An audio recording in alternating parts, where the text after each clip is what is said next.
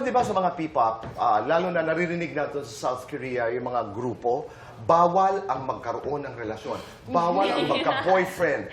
Bawal ang magka-girlfriend. Ano ba ang batas sa Yumi? Zephanie. Yun nga po, Tito Boy, bawal. May love ban? Bawal yung... May love ban?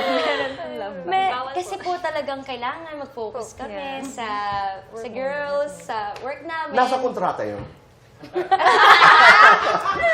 Monica? Nakasulat ba yan na bawal tumibok ang puso?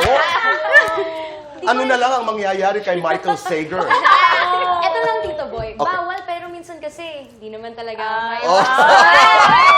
Pwedeng tumibok. Tapos, merong mga matitigas po yung ulo ng mga... Kailan huling matigas ang ulo mo, Zephanie? At kailan lumabag ng batas doon sa love ban na yan? Ako, hindi po ako yun eh. Talaga? I think si Sisi yung... Hindi si Zephanie. Baka naman si Michael ang lumalabag. Ay, Mike. Okay. Pero totoo lang, maraming mga fans pa rin hanggang ngayon ang nagtatanong, ano ba talaga ang lagay ng inyong relasyong dalawa? Ngayon po, Tito Boy, parang mas na-feel ko na nagiging close ulit kami, parang... Ulit. Ibig sabihin, lovers quarrel. Wala mo po. Wala. Ako'y nagtatanong Quarrel lang. lang po. Walang lovers. Quarrel lang daw, hindi lovers. So you're getting closer again.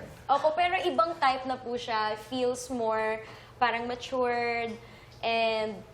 pero kasi si Michael po, parang hindi pa rin siya nagbabago eh. Ganun pa din yung kulay talaga? niya. Hindi pa rin siya nagbabago bilang? Bilang mabait kaibigan. pa rin? Kaibigan. Yes, sobrang kulit. Pero hindi pa rin siya tumitigil. He's still pursuing you. Pursuing you. He's still nanliligaw pa rin. Wala naman po at kaya walang pa rin. Maya-maya. Tingnan natin.